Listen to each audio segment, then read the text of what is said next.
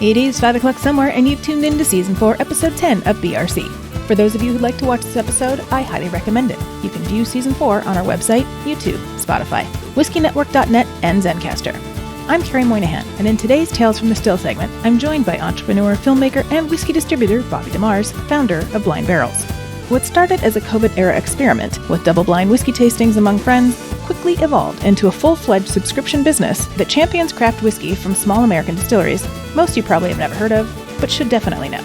In this episode, Bobby shares how 17 free consultations with ABC attorneys led to an innovative legal workaround, how he gamified whiskey tasting, and why access, not exclusively, is the real secret sauce behind his growing community. So kick off your shoes, pour yourself a dram, and join me for this episode of Barrel Room Chronicles.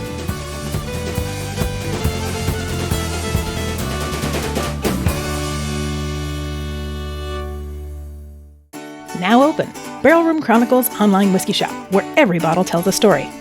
Solangevat. Like Richard Patterson's Timeless Scotch at the Dalmore, Rachel Berry's Elegant Malts from the Glendronach, Glenriach, and Glenglassa, or the bold Nevada bourbon of Ashley and Colby Frey. From Hemingway Rye's Call Family Legacy to Bernard Walsh's Poetic Irish Whiskey and the Scully family's Coastal Clonakilty, these aren't just spirits, they're stories, and they pour neat. BRC Whiskey Shop, the drams we talk about, now delivered.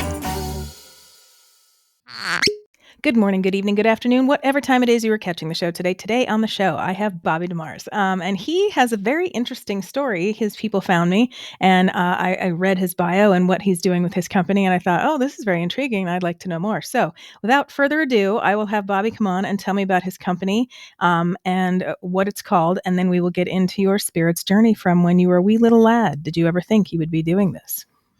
No, not at all. I was always a drinker than a taster. I was your classic Jack and Coke guy at the bar. When I was in my probably pre-20s. When I had the fake ID, and and then got into martinis and vodka martinis and things like that. And I'm not even like a big drinker, but I'd like to go out and have a good time. And what happened was during COVID, a buddy of mine was doing blinds to connect us while we were all quarantined. We'd all got a little stir crazy.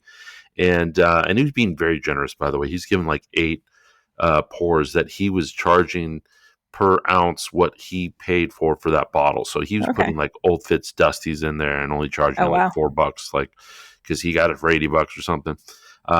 And I'd never done a blind with whiskey before. I'd done with wine, and I just didn't realize just how nuanced it was. Especially beyond the traditional just bullet and Maker's Mark and all the things that were just the traditional pours that you see at any bar.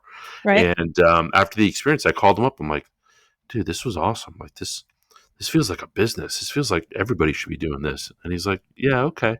I'm like, I looked it up already. Nobody's ever done like a double blind company before. And never done it before. And it's going to be great. It's going to be great. It's going to be great. It's going to be the best. It's going to be the only one. And, he's like, yeah, okay. And I quickly figured out why. So I started calling ABC attorneys to kind of figure out like, hey, can I just get whiskey and pour it into bottles and send it out to people like what my buddy did? And the free hour-long consultation. Who's your buddy? We're going to arrest him now. Yeah, exactly. It's like, well, and I was like, technically he redecanted it. It's a different terminology. And they're like, no, there's a 3-tier system. I obviously started going back and learning a little bit more about that. And I just kept calling ABC attorneys and doing free hour-long consultations. So I had 17 of them. Oh, wow. And I got this amazing woman on the phone who was just, every now and again you'll talk to a genius, and this woman was an absolute genius. And she spitballed a way to do it. Okay. Which is actually how we raised the money to start the company, which wasn't a lot. And then we came up with a better way to do it.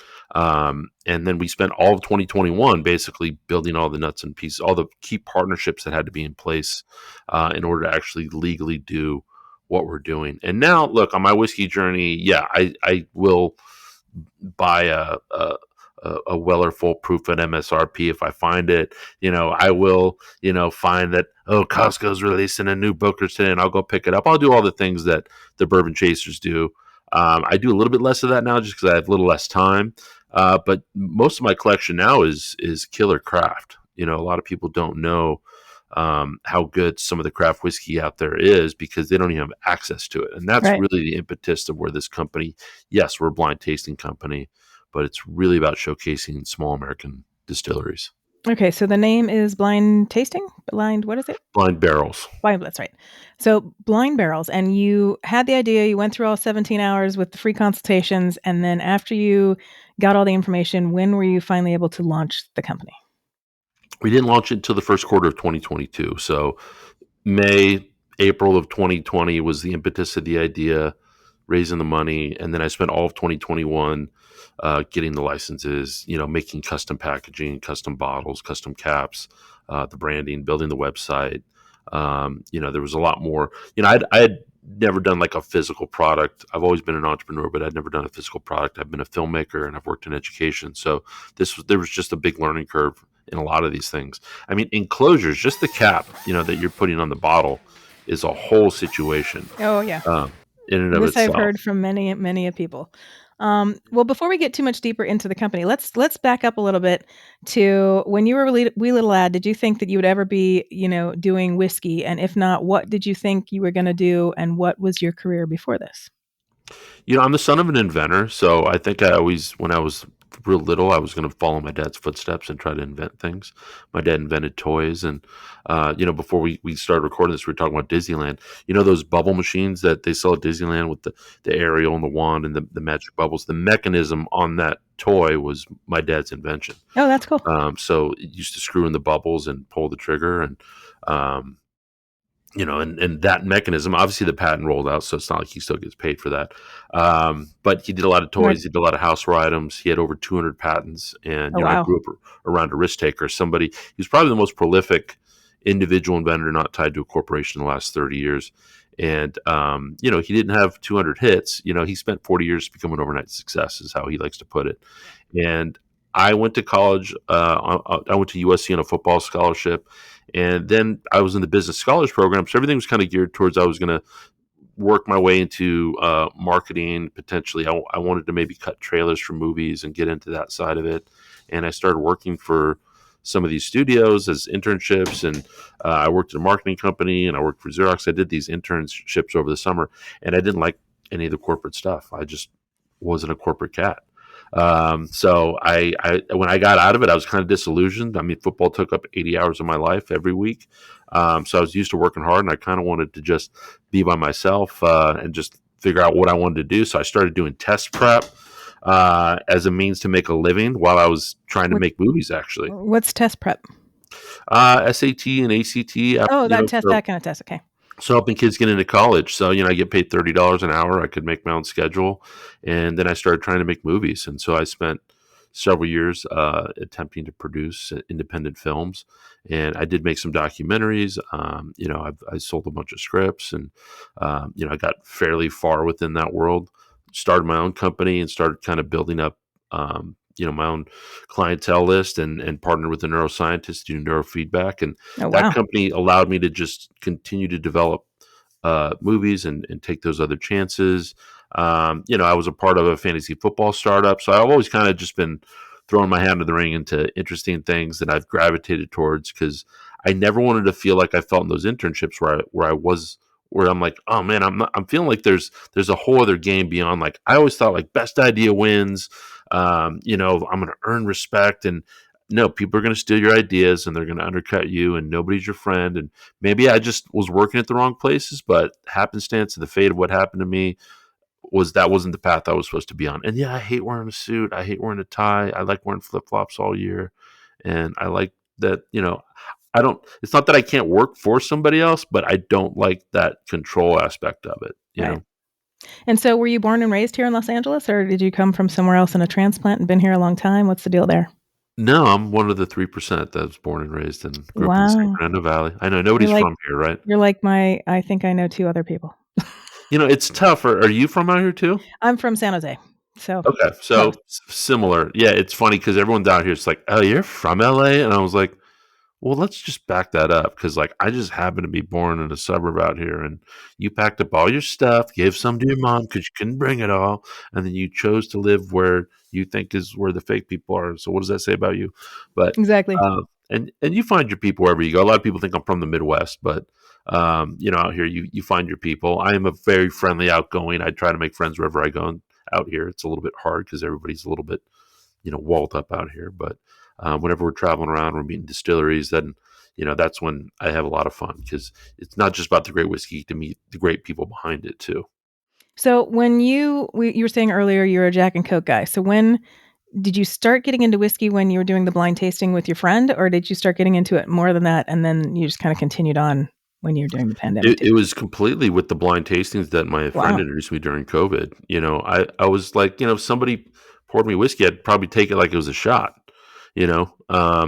Although I would say I was more of a, I guess, I don't even, connoisseur is a pretty loose word, with tequila, where so this guy worked where my wife worked, and that's why he invited me out. He was kind of more of like he wasn't a close friend, but at some work function, he went and ordered some really nice tequila, and everyone came up and took it like a shot. But I knew what the tequila was that he was pouring, so I was sipping it with him, and he kind of saw we were like minded, at least in that respect. Okay.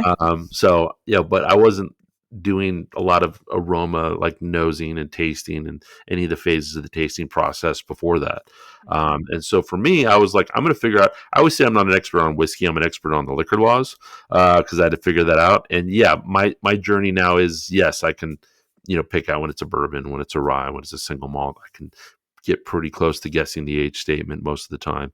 And ultimately, what does it mean if it's grain forward? Or what does it mean if it's dark? And what does the non-chill filter mean? Some of these things where it's like, what are the esters and the tannins? And sometimes I'm still not, like, that gets too far in the weeds for me. I got my whiskey wizards, my spirits guides, I'd like to call them, Yeah, yeah. that really curate the lineups. I will sometimes voice something into the lineup, but for the most part, I let them do what they do. Cool. So how big is your company now? How many employees do you have? So now it really depends. So we've got 5 employees, but we have another 10 that are seasonal, because we're seasonal curation. So like right now we're ramping up for our June release. So the bottling just got done, and now the packaging. We have people that'll come in for about 2 weeks and get through all the packaging and things like that. So there's like a 3 week period where we have like another 7 to 10 people on top of the 5 people that we have. And so, no, we're still super small. I mean, when we launched in 2022, because I didn't raise a lot of money to start this company. In fact, I didn't really put a marketing budget out there, because I wasn't even sure how to spend the marketing budget, right? Like there's pay per click and there's social. Like when I was in business school, it was, what are the features, advantages, and benefits of the product? And now there's a funnel, and there's touches, and there's SEO, and there's Yeah. CRO, and there's influencer marketing, and there's affiliate marketing, and there's like 20 other things that I had never done or worked with before. My other company, I never had to market my services, because the people that I got into awesome colleges would do that for me. My dance card was always full. Hmm. So this was a different animal. And so a radio DJ out here, so 95.5, there's a show in the morning that Mark and Brian used to have, that is now Heidi and Frank. And Frank knew a friend of mine and connected us, and he became a partner in the company. Oh, great. And he talked about us on the radio. That And helps. so, yeah, I mean, at some point we saturated the audience, but ultimately the first 9 months of growth was 80% of it was attributed to that. Wow. And obviously some word of mouth. So we had a couple See, when hundred people members. tell me radio is dead, I say no, it's not. It's not. It's not right. No, I mean, and the I people that listen, like, they're hardcore, right? yeah. And so we started. We had a couple hundred members, that first quarter, and then we've grown, on average of 22% every quarter. So now we've got Wow. almost 4,000 members in 45 states, and we're going to expand eventually, get into tequila as a subscription. We are going to do one-off scotch. We're going to do one-off rum. We're going to do a one-off gin, and probably change that lineup maybe every year. Okay, let's Um, talk about the how do I say it? The structure. So I'm brand new, I don't know anything about it, but I hear you do blind tasting. I go into your website. What do I find out? Well, so what you'll find out first is that we feature craft. So we didn't think anything was special about putting Maker's Mark or Michter's. Like, I actually love Michter's, but it's very accessible. It's everywhere. So I can go to any Total Wine, Bevmo, Liquor Barn, and ultimately that we are a blind tasting. We're the only double blind. So a single blind would be, all right, I know what the three things are. I don't know what the order of them is. Right now, I don't think there's anything I've seen that done before. I kind of just want to know what it is, since I already know what the three are. A double blind means you don't know anything until we tell you, and you'll get to the end of that. So most people do come for the blind, right? So every Okay. quarter, so we're seasonal. So a lot of subscription companies are like a keto company, like we're just going to throw a bunch of keto stuff in a box, and every month or every 2 months you're going to get that. It's not really communal. Our lineups are unique for our March, our June, our September, and our December lineup, and everybody gets that same lineup at the same time. Okay. And then that lineup never repeats. And how So did you come up with those release dates? it all backed up from Christmas, but it was basically December 15th. If we get a shipment out, that's going to get out and to get to everybody in time for Christmas. Okay. And then we backed up 3 months for that. Originally, what we were going to do was go every other month. We were going to do all the even months and do February, April, and all so forth, and do whiskey every other month, and to do tequila every other month. Okay. And I quickly realized, so first I had a person building our website be like, look, if you try to sell both whiskey and tequila, you probably fail at both. You'd probably just stick to one initially. I'm like, it's a good note. And then I realized how much work it is to create one lineup. And not just like, oh, I want these 4 things and this is the lineup, and that's really easy. It's not easy to put other people's whiskey into our bottles legally and to do it the way that we do it. We wash our glass at 185 degrees. We don't just do reverse osmosis. And what size do they come in something like this size when you're doing the tasting, or they come in full size? What do you get? They're 50 mLs. Oh, 50. Okay. Do you want to see the kit? Yes, please. Here, hold on one second. Don't we people? We want to see it, right? For some reason, I thought I sent you that. So we always have like a letter with the wet signature that kind of hints at some of the things in the lineup. Okay. And then we have, just a really nice box, gold leaf, soft touch. Oh, it's pretty. Is that an cell phone cage? Monkey? Huh? Is that a monkey? It's technically a chimp, but we call it a monkey because okay. But yes, it's kind of like a steampunk monkey. Gotcha. And we got color litho, blind barrels. Look at that. That's pretty. And then there is an insert for the release that talks about the release a little bit. Okay. And then there's a tasting table on the other side. Oh, cool. And there's a QR code. And then each of the bottles. So these are 50 mLs. It's actually 130 grams of glass, so it's actually pretty heavy. We wanted people to associate these small brands with top shelf. It was really important for us to do that. Yeah. So the QR code on the back of the bottle, as well as the tasting table. The tasting table is meant to obviously open up the notes. We converted the wheel into a table. And then that QR code tells you everything about the spirit. What we did now is we've added a game. So now you can guess the age, the proof, and the type of whiskey, and you'll get a score that tells you how accurate your palate is. Oh, wow. So we gamified it a little bit, and people are loving it. Do you win anything? No, because people could just use a different phone and cheat, right? Oh, yeah, okay. And or if you really want to cheat, you could. You do have to have the proof on the bottle, right? So there is. I guess if people were doing it together, and let's say a group of 10 people, and they ordered 10 kits, they could do it, and then somebody could win something within their group. Oh, totally. Yeah, we always say put something on the line, put a bottle on the line, or who's got to do the dishes, or or you got two people that are married. You can come up with your own stakes that are of what you guys want to do. But at the end of the day, we do believe that in the whiskey community that we've built, we think great whiskey is meant to be shared. We do love that we're removing biases from labels or price points or anything like that, and let the liquid do all the talking. What do your taste buds tell you that you like? And the educational component. I mean, the game is fun, but it really is educational. Like, to be able to tell, is this a rye? Like, not all ryes are spicy. Some of them are fruity. Some of them are floral. Yeah. Is this? Oh, it's a bourbon, but it's a finished bourbon, or it's a wheated bourbon. It's a high rye bourbon. Like, what are the different notes that you're getting out of that? So, we do think people that are new on their whiskey journey or pretty far along on their whiskey journey can benefit from it. Okay. So now is it the same price per kit every what would you call? I don't know. Is it quarterly? I guess seasonally. I don't know. So how it fits into. So if you just buy it as a one-off and not a subscription, it's 70 plus 15 for shipping. Okay. Costs more than that. And then for quarterly, it's 60 plus 15. So it's $75 per quarter, or it's $250 for the year, and that prepays for all 4 shipments to your door.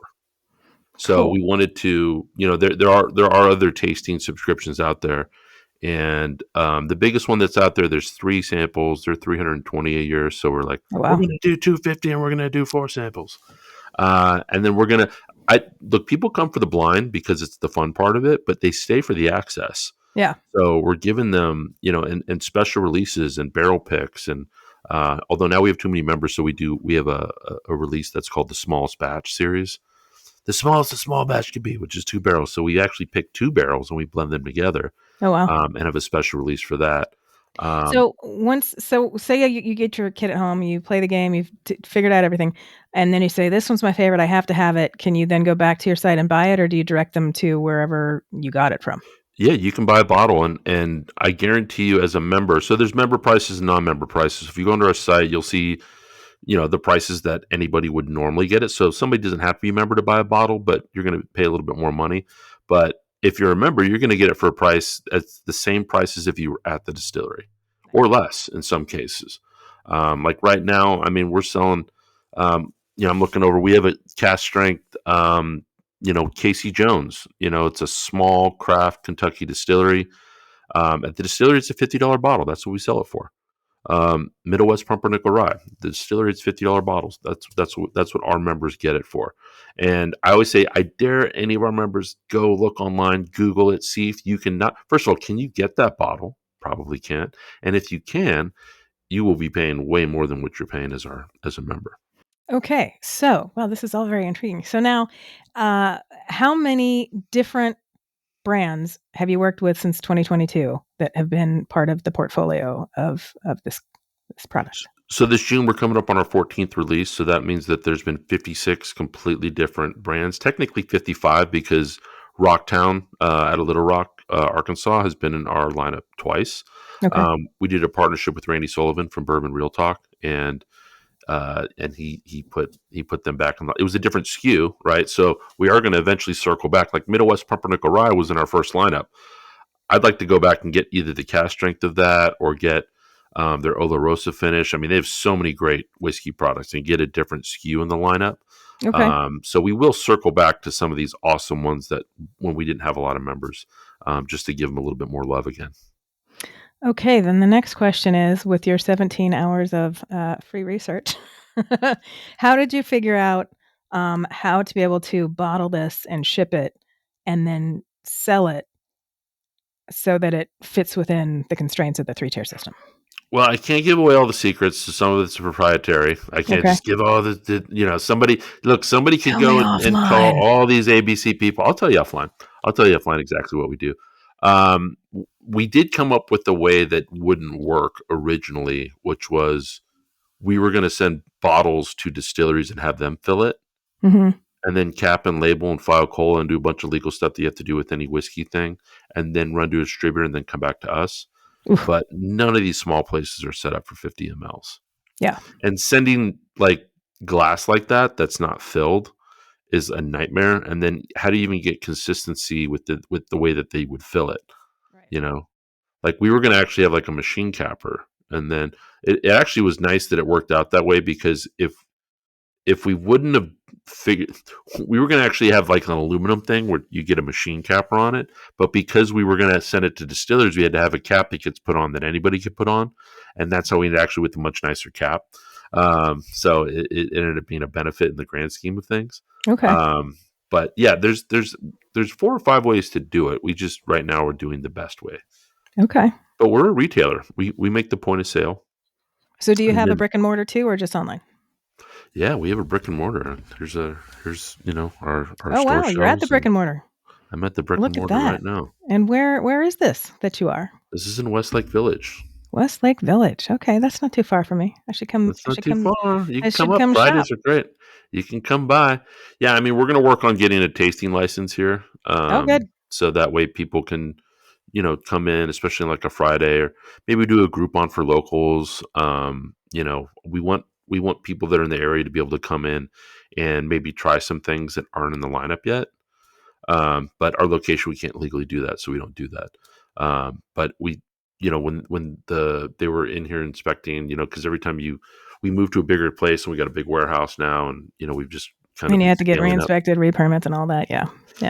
It's so like I had just to move from one location to the other. It's like I'm selling the license to myself is almost what it's like, and the hoops that you have to jump through and the documents, I mean, it's unbelievable. And then how long it takes, and then you got to get inspected, and there's all this stuff. And yeah, we've worked. At the end of the day, this is we completely bootstrapped in the seeding round for this with my neighbor and my dad and my sister and my best friend, and I put in the most amount of money, which means my wife obviously supporting this, and so I had to show a lot of care. And I told everybody we're not going to hurry up and screw this up. To put it in a nicer way, that we're going to show a lot of care in the way that we're doing this, and we're going to start small and we're going to grow. And I said, I'm not going to take a salary or a dollar from this company until we hit 2,500 members. Nice. How many members do you have? We've got over 4,000 now. Wow. Okay. So by the end of the year, we should have about 5,000.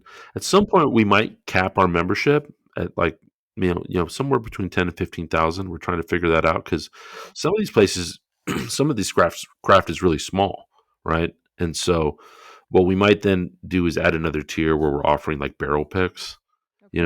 Like what if we did a barrel pick with Frey Ranch, right?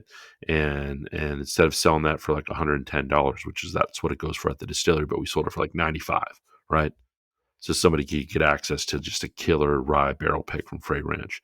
So we've got other tricks up our sleeves, and like I said, we're going to do tequila down the road. And how are you being able to do these discounts to be cheaper than the distilleries? Well, I mean, there's no rule for. I could technically sell it to lose money if I wanted to. I don't Yeah, but choose why to. would you want to do that? I wouldn't do that. But bottle sales was never really a part of our model. Okay. So, in fact, fulfillment in and of itself, there's fulfillment partners and they get a piece, right? So we really don't make a whole lot. We sell bottles to move. And if we're going to sell it for less than you were at the distillery, we get permission from them to do that. I don't just do that I don't say, hey, we're going to undercut you. A couple places have said no. Sometimes we just talk to a distributor. Like what we don't do is like negotiate their wholesale down. We don't say, hey, we're going to sell a bunch of this bottle. Can you give us a better wholesale price? At the end of the day, the history of the whiskey community, when Heaven Hill had a rick house burned down, people didn't laugh at that in the industry. They said, how can we help? And they offered whiskey and they did fundraisers, and we're seeing it with the flooding that happened now. Everybody kind of steps up. So we didn't want to make this a model that says, hey, what's in it for us? No, what's in it for the distillery? What's in it even for the distributor? And obviously we'll win if our members are happy, if we curate a killer lineup. So we wanted to make sure we were doing all those things. There's no marketing fees to be in the lineup. We don't tell these brands you have to pay us to be in the lineup because we're going to get the liquor on the lips. That's the hard thing. That's the term what everyone tries to do. Like how do you get the liquor on the lips? And so we get to provide a fun component that does that for these brands. And what we discovered is that if you find a brand that you like without anyone telling you to like it, you're more likely to be loyal to that brand and want to visit the distillery if you're in their town and support them in other ways and do their food pairings. So I know that before we started, you had a dram of something. Is that one of your mystery blind tasters? What is that? This is from Devil's Creek. Have you ever heard of Devil's Creek? I have not heard of Devil's Creek. Where is that? It's in Mammoth. So in Mammoth, there's basically two distilleries up in Mammoth in California. And it's funny because we've had a brand lineup called Mammoth, but they're from Traverse City, Michigan. Yeah, right. And then we've had Devil's Creek. People are like, Devil's River? And I'm like, no, they're in San Antonio, and they just filed Chapter 11. But Devil's Creek is in Mammoth, and there's one that's called Shelter, and Yeah, Shelter I've heard of. it's all they're right at the ski lift. They're in the main part of town, and they got some cool cocktails. I mean, everything there is like just heavy smoke, heavy peat, and I'm cool with that. I just don't want to have like several drinks like that. It's for my palate. And Devil's Creek, Clayton, he's the head distiller. He's the owner there. Just a really cool guy. We did a barrel pick with him. He was sample A in our March 2023 lineup, and we're getting ready right now to beta test a restaurant model. Wow. It's going to be a little bit different. It's not going to be our kits at restaurants, but we're going to orchestrate a turnkey blind tasting at these restaurants. So Wow. we are going to beta test this with some Devil's Creek products at about 10 places to just get feedback, make sure that this is something that works really well with the restaurant. COVID really hurt restaurants because they lost all this audience to or customers to DoorDash and Uber Eats, right? And people have stuck with that. So the foot traffic has lowered, and so they're selling food. But then what happens is when you don't have people coming in, is your servers aren't getting tips, right? And so you're gonna do trivia night, you're gonna do live music night, like what's gonna bring people in or get people to regularly come in. And we think, creating a turnkey blind tasting at these restaurants is gonna be a way to do that. So we're beta testing it right now. We're really gonna hit hard with it in 2026. So this is an experimental whiskey. I think it's a 6-year rye that is finished in a port barrel. Okay. And so I Oh, think port he's just barrel been. and a rye. Oh my God. Can you send me a little of that when you send me the other box? I will. I Oh, will. awesome. I'll send you. It's actually really good. And I was up in Mammoth for a fishing trip with my dad, and at the time they had this thing called the Rock and Rye Festival, Oh, cool. and it's not just rise, but whatever. It's an It's a cool alliteration that name. went the rock and roll and the whatever. And they had Heaven Hill up there, and they had some of your mainstays up there. It was a whiskey thing. I didn't have a ticket to, so I couldn't go around and try all of these. But Corbin Cash was up there. They were already in our lineup, so we knew them. I knew either every brand that was up there was either one that we already knew and had been in a lineup, or they were just big brands that we wouldn't want in the lineup. And then there was Devil's Creek over there. And I went up and I said, "Look, here's the deal." And he gave me a little sample of it, and it was this 4-year bourbon. It's cherry bomb, and it has a really unique flavor profile, which you can't say about every brand, even craft Yeah, brands. I don't get a lot of cherry bombs on bourbon. That And it was just, I'm like, this is special. So I said every now and again I've foisted a brand to the lineup. That was one of the times, and it's great because one of my guys, he's up in Mammoth all the time, so all he does now is hang out at Devil's Creek when he's up there. And we have a ton of members in California, and they go up there and they support that distillery.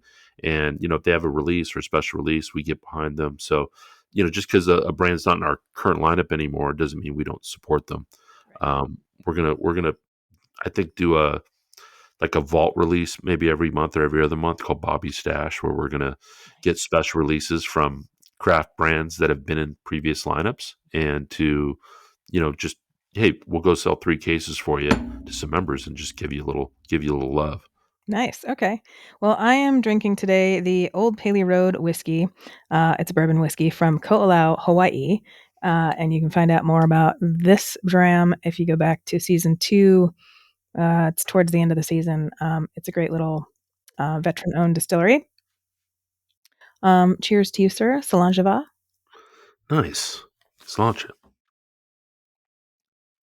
Yep, still good. Still good. So give me some of those notes on that one. You said it's got a cherry bomb. What else? So this one actually doesn't have a cherry bomb, but when I visited them in Oh, person, gotcha. I'm getting leather and clove, but Ooh. it's always interesting when there's like any kind of a wine finish, that there's always a back end. There's always like almost like a syrupy note that I'll get. Mhm. I can usually tell when something's been finished now, but like a rum finish, like most rum finishes, we have a rum finish coming up in our June lineup, and we've never had one because every time someone sends us a rum finish, I'm like, this is like rum, but with a little. It's always just too rummy. You know what I mean? It's just way too much vanilla and sweet notes. It's just Yeah. overly saccharine, which people like that. And it's fine, but I wanted a rum finish that was just, I want to A taste kiss. that rum, but A kiss of rum. exactly, Not a yeah, and yeah, let the aromas. Yeah, of course there's gonna be vanilla. Of course it's gonna be those traditional rum notes that you're gonna get. Um, but we're always trying to like do some. Even when we create a lineup, it's about diversity in the lineup. So not everybody's a single malt person, right? I wouldn't say I'm a go-to single malt person, although that's completely changed because we've had some single malts. We had one from I don't know if you've ever been to Paso Robles, but there's a whiskey trail up there that's awesome. I So have not done the whiskey trail yet, but I found out that they do have one. I've done some of the wines up there before I was into whiskey, so it's been a while because I moved from wine to whiskey quite some time back now. you shifted. 'Cause You never I went back. did. Well, I mean, I still love wine, but wine doesn't always love me. The sulfites and tannins can give me a, a really bad headache, like even before I finish the glass.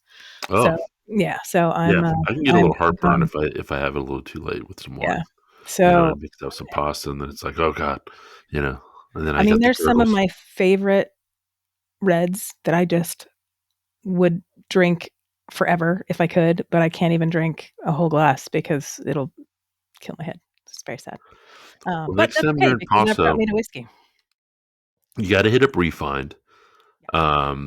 they're phenomenal. They're winemakers, right? And so they get um, they basically get the Firestone Walkers up there, the beer, and so they're everything that they source. They start. They're not growing their own grains or anything like that. They're getting basically the beer from Firestone Walker, and then they're distilling from that. Crowbar up there also comes from a wine family, so he's really into the way that they treat the barrels and the barrel treatment, which not a lot of whiskey people are that into. I think it's maybe one of the best craft distillers out there. Just his cuts. I've been in there when he's been making his cuts from the heads, the hearts, and the tails, and he's a scientist. He's in there. He's being insanely precise. They've been in the lineup, and then we had Calwise. So Calwise, I was in there one day. I was visiting him. My CFO knew him from a accelerator that when he was judging at or something where he was raising money to start the distillery like 10, 12 years ago. And so I went there to say hi, try some product. And he's like, I'm doing an experiment right now. Can you just try this? And he does single malts. And at the time it was a year and a half old. And I was like, this is like really good and interesting. I'm not even like a single malt person. And so a year later it was in the lineup. And it was basically a special release. And so Firestone Walker, what they did is they took a sour mash with them, and then normally when they ferment beer, they or even the fermenting whiskey before it gets distilled, it's like maybe 3 to 7 days. They fermented it for 2 years Oh in the my God. experimental room. Yeah, well, super wild, right? That sounds Um, crazy and scary. yeah, it's like, is this safe? I don't know. And they fermented it for 2 years, and then they distilled it, and then 2.5 years later, we got this product, and we know we did something right because the people that are the bourbon purists were buying this bottle, and there was a killer bourbon in the lineup that they bought. We had this Doc Holliday bottle that was in the lineup, and people bought the Calwise just as much. Wow. Okay. Have you heard Yeah, of that Doc Holliday bottle? I've heard murmurings, but not. I don't think I've heard the whole story. Because there's a lot of Doc Holliday releases out there, and there's a Wyatt Earp and the World Whiskey Society. So one of the distributors that we'd worked with before that represented another brand said, "Hey, there's these guys," and I'm like, "Do they make their own whiskey?" And they're like, "Yeah." So I talked to them. It's like, "No, they don't make their own whiskey," and we're like, "Okay." And we don't have anything against that. So if somebody's sourcing, they can't just be white labeling it. They can't just take MGP 95.5 and put it in a bottle. Right. Now, if they're They need to be finishing it, like okay. like Joe over at Barrel Crafts or something, where they do all these different finishes and. Well, I mean, at least at Barrel Craft, they're doing blends, right? So if they're doing a finish or they're doing a blend, like we had Dark Arts in the lineup, and Macaulay, the guy that's their blender, is has maybe one of the best palates in the industry, supposedly like the highest rated palate, and their stuff is really good, and they're sourcing and they're making remarkable blends. But if you're just taking somebody's whiskey and putting it in a bottle and putting a label on it, there's not really a story there. And so technically, the only time where we've allowed a white labeled situation was with this Doc Holliday bottle. So all the Doc Holliday bottles are sourced, right? So they sent us this 6 year, and it was MGP, but it's just a white label, and they didn't do anything to it. The things that they had finished and other things were really great, but they said, "Well, can we send you the 10 year?" And I'm not going to say no to free whiskey, so I said, Right. "Yeah, send the 10 year." And I'm like, and I pour it and I drink it. I'm like, holy crap! I'm like, is this 10 year MGP? Because it's honestly like off the charts, phenomenal. And they're like, no, they're actually these barrels we found in Texas. And I was like, tell me more. And they're like, well, this guy Carlos Lavelle in Georgia had this distillery called Ivy Mountain, and Okay. he was in his 70s. And the thing was, he came from this family of moonshiners where they were making whiskey illegally for 150 years, Wow. and they evaded the feds and they bounced up to the Appalachians and they come back. And the thing about craft is, look, we kissed a lot of frogs. I love to say everyone craft is doing a great job, and some people never figure it out. Some people, usually they're not good right off the bat, and if they ever, and a lot of them never figure it out, or maybe it's too weird, like they throw hops in at the end, it's really weird, or something that's too strange. I like that they're taking those chances. Well, this guy was making whiskey since he was 7, and when in his 70s, his daughter convinced him to go legit and start the Ivy Mountain Distillery, and he was making this sour mash Georgia bourbon. For the most part, he was making moonshine. He wasn't really aging it, or he was aging like 6 months. Well, 3 years into it, he died, Oh no. and all these barrels sat there. And but the word got out that the whiskey was really, really good. So Bardstown bought a bunch of it when it was about 5 years old and put it in their Fusion series or their Explorer series. The rest got offloaded, and somebody in Texas bought them all. These guys were passing through, So It wait, the was daughter made him go legit, and then she didn't carry on the distillery after he passed? well, she probably wasn't a distiller, or I don't know the full reason. I know legacies, right? But I know I've thought about that too. But my assumption is the family needed money, and there was something, there was a value there, and they took it. I don't know. Yeah. I don't know what the full story is, but it sat in Texas for about 4 years. Which that Texas heat, that 4 years is like seven, Right. right? Because that maturation rate. And then it got brought back to Georgia, where it aged another year till it got to 10 year, and they put it in the bottle. And my only issue with the World Whiskey Society, and I told them this, I said, look, you didn't differentiate, because the bottle's really cool. There's like bullets in the top, and it says "I'm your Huckleberry" on it. Because if you've ever seen Tombstone, it's got like a Yeah. bullet. There's a lot of gimmicky stuff on it, and it's a cool bottle. But they never differentiated from the 6 year, the 7 year, the 9 year. There's even 10 year out there that isn't this guy's juice. They never differentiated between that. So I said, Oh, look, wow. this is a white label situation, but it is by a legendary whiskey outlaw craft distiller. So if we're going to do this, you need to put his story on the bottle. You need to have a neck tag that explains what this is, his legacy's in this bottle. And we sold it out of existence. I should have limited it to one per person. If you find the Carlos Lavelle 10 year that's out there right now, it's like a $500-$600 bottle. I think our Oh, members wow. got it for like 120. At the time, it retailed for like 180 when we sold it for 120. I did convince those guys at the time to earmark 2 barrels to get to 12 year, and that we would buy that. So later this year, we're going to go buy those 2 barrels. Yay. So we're gonna have his legacy is still alive. It's in these 2 barrels, and it's going to get to 12 year. And maybe we'll let one of them get to 15 or something like that. Maybe that'll be the case. I don't know. I don't know how much juice will be left, but it's maybe one of the best. When I put in a blind for my guys, because we don't pick brands, we pick whiskey. So I set up blinds for my guys, anywhere from 10 to 20 samples a month. Pretty fun job to have. Yeah. And they objectively, I'm give their applying. thoughts.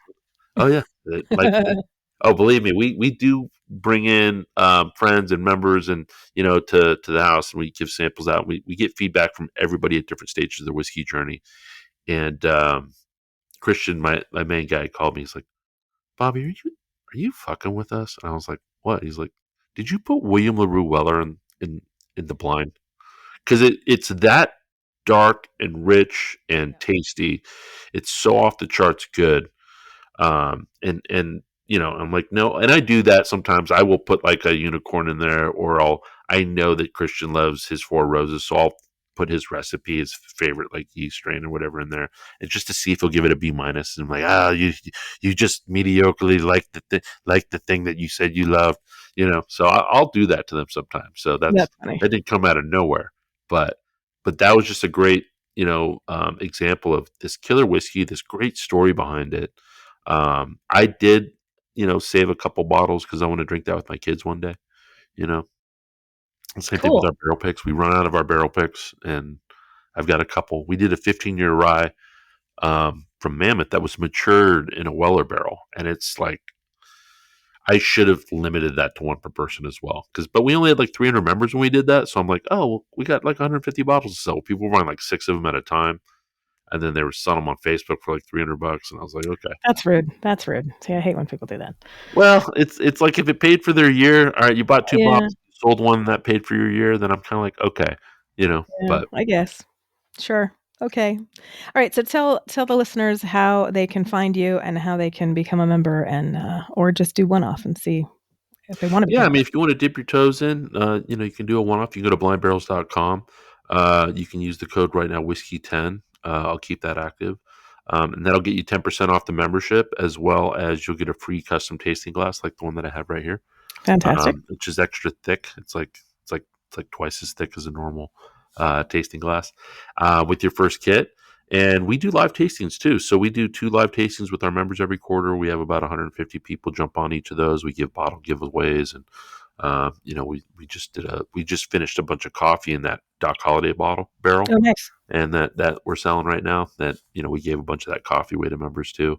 And you can find us on Instagram, at Blind Barrels on TikTok, on YouTube, on Instagram, on pretty much everywhere. All right. And then, yeah, if you reach out to customer service, you're going to get me, because we're still a small company. Great. All right. Thanks, Bobby. It was great having you on the show today, and I look forward to exploring Blind Barrels more. Thank you. My pleasure. Thank you for having me on. That does it for today's show. To read notes on this episode or learn more about our guests, please visit barrelroomchronicles.com. Want to interact with the show or have questions for our guests? Then ask them on our socials or send us an email. Or better yet, leave us a voicemail on our website. If you like what you heard, please rate and subscribe to the podcast. If you really liked it and you want to show your support, buy us a whiskey through our Ko-fi site at ko-fi.com/BRC or become an exclusive member of the Barrel Room Parlor. If you work in the whiskey or spirits industry or just have a deep passion for whiskey and want to share your spirits journey, register to be a guest through our website. Last but not least, please enjoy your spirits responsibly. Thanks for joining me. Until next time, Solanjava. Barrel Room Chronicles is a production of First Reel Entertainment and is available on Spotify, Apple, iHeartRadio, Amazon, YouTube, or wherever you listen to your favorite podcasts.